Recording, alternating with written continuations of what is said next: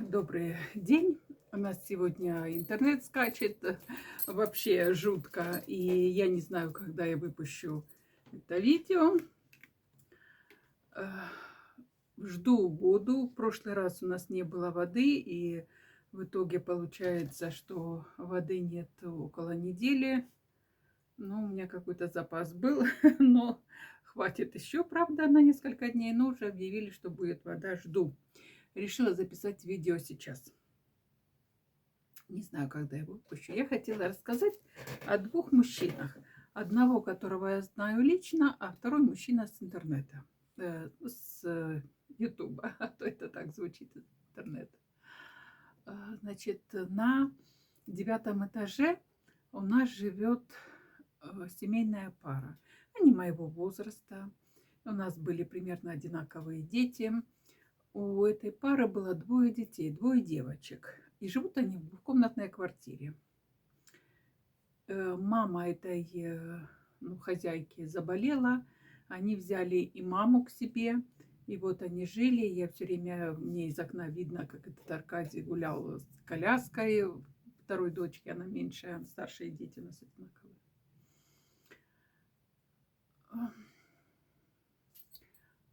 Ира шла рядом, Аркадий вез эту... Котя пришел. Аркадий вез эту коляску. И жила достаточно долго, но вот до войны, до начала, до 2014 года, как-то я видела, наблюдала, что вот девочки выросли, конечно. Не знаю, где младшая, я ее не вижу. А у старшей начались какие-то проблемы после травмы. Она стала хромать, а теперь она ходит даже на костылях. Очень тяжело ходит. И не знаю, там, нету такого, чтобы, знаете, на лавочке там сидели, как это все происходило. Я вижу только по факту. Я видела, что она в положении. Она родила близнецов, мальчишек. Не знаю, я подозреваю, что она живет постоянно в доме, в квартире бабушки, которая вот не с ними жила, уже нету. А мальчишки живут постоянно вот здесь, получается, с бабушкой и дедушкой. И иногда эта девочка, мама приходит с ними тут. Ну, достаточно часто приходит, так скажем. А может, я не вижу, а может, все это... Ну, в общем, маму я вижу редко, а вот Аркадия с внуками я вижу достаточно часто. Аркадий очень симпатичный мужчина, очень хорошо выглядит на свои года, рукастый, все умеет делать. Я ни разу за все время не видела его выпившим или в каком-то там агрессивном, неадекватном поведении. И если что-то происходит, вот у нас там в подъезде меняли, ну, у нас после печальных событий повылетали окна в подъезде, их этими прессованной этой стружкой закрыли, а сейчас поменяли вот на евроокна. И когда вот это все происходило, вот доводчик двери, его там убрали, и вот ремонтировал именно Аркадий. Если что-то происходит вот в подъезде, там что-то такое, то он в этом всегда участвует, он, в общем, как бы на стрим. Но я вообще не об этом хочу сказать. Вот нету воды. И я выхожу с котиком гулять. Идет навстречу Аркадий в подъезде, входит в лифт уже, в общем, возле лифта встретились. Входит Аркадий, и он несет 2 6-литровые баклажки. И вместе с этими мальчишками, которым лет по 11, они зашли в лифт, и я слышу, что Аркадий, ну, видно, какой-то встреча прервала их общение, он начинает какую-то там песенку запевать, они ему подтягивают. Вы видели такое, чтобы, и не только папы, но и мамы, не нагрузили 11-летнего парня хотя бы одной баклажкой воды? Он нес 4, а они шли там, один с палочкой шел какой-то, я не знаю, я не присматривалась, с пустыми руками. Вы можете себе это представить просто? Ну, я даже не знаю, хорошо это или плохо, но этот факт меня очень удивил. Очень удивил. То есть он даже не то, что вот, знаете, там ну, вот с напряжением вез, а он зашел в лифт с этими вот баклажками и продолжил какую-то игру с ними, какую-то песенку, какую-то вот, то есть все хорошо, у него на душе все спокойно. Надо же, вот, на мой взгляд, прям героический событие какое-то героическое. Чаще я наблюдала, что, ну, пусть бы дети взяли по баклажке, и он 4, да, и несли, все-таки у них большое семейство. Но нет, нет, он вот так вот жалеет, эм, жалеет, любит, детей любит, жену вот так, столько, ну вот я наблюдаю вот так вот. Как-то не было разговора о ссорах или о скандалах. Все равно это как-то слышно, как-то видно. Нет, такого вот нету. Хотя эта Ира, ну не знаю, она вот так вот разговаривает все время как с претензией какой-то. Как-то я не скажу, что и он такой открытый и приемный к общению. Нет, они как-то так держатся сами по себе, но у нее вот с таким, э, ну не с подколкой, но с таким вот как бы с мини-претензией вообще такое общение, потому что мы набираем воду в подвале, и э, в основном я никогда ее не видела, один раз ее только видела. И он пришел, и она с таким вот, с какой-то претензией ему высказала. И второй мужчина, о котором хочу рассказать, который меня на этой неделе поразил. Если я найду это видео, я там хотя бы название вам скажу.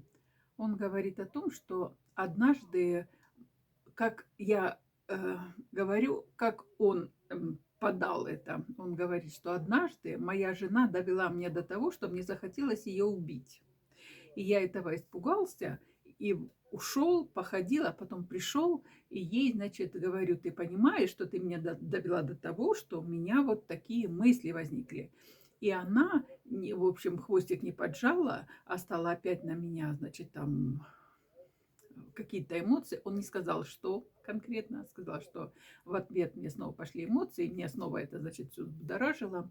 И он пошел к психологу. И когда он это все рассказывал психологу, все это рассказывал, психолог его выслушал и говорит, вы понимаете, что ваша жена вытаскивает из вас того человека, которого вы не хотите видеть. Это как зеркало. Ну, мудро сказано.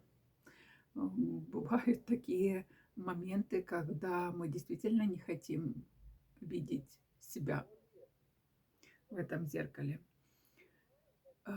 И вот я на эту тему чуть хотела поговорить, потому что я вот еще с одной девочкой общалась, а она говорит, что, ну, неважно, проблемы с мужем. И говорит, что муж ее не слышит. Нет, не так, сердится и спорит на все ее слова.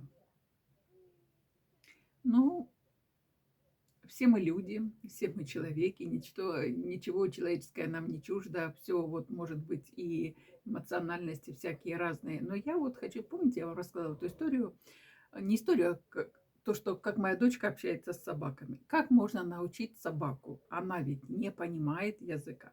Она ее учит там преодолевать трудности в том порядке, и с той скоростью, и с тем направлением, которое она показывает и рассказывает. То есть она заставляет собак слышать ее и понимать ее. И вот я этой девочке сказала, если он тебя не слышит, не нужно повышать голос, не нужно говорить это, но это вообще, когда вас не слышат. Не нужно говорить много. Не нужно втягивать человека в свою эмоциональную там составляющую. Иногда вот то, что вы рассказываете о том, что вам плохо, вам тяжело, объясняете, много даете текста, вы даете человеку ту кнопку, на которую можно давить и вызывать того человека, которого вы не хотели бы видеть. Просто подумайте об этом. И девочке я дала такой совет. Если твой муж тебя не слышит, представь, что он оглох. Как ты будешь с ним общаться? Будешь ли ты вот кричать? Будешь ли ты многословить? Будешь ли ты вот... Нету такого. Но вот представьте, что если вас человек не слышит, вот не слышит в буквальном смысле, вы будете как общаться? Зачем наступать на те же грабли? Если вы 30 раз сказали человеку что-то не делать, а он все равно делает, он вас не слышит или он вас провоцирует? Ну, это, собственно, все, что я хотела сказать. Э, Мои дела с судами и со всеми остальными в процессе. Вот. Чуть позже расскажу вам там не о здоровье своей дочки, а о том, что там происходит.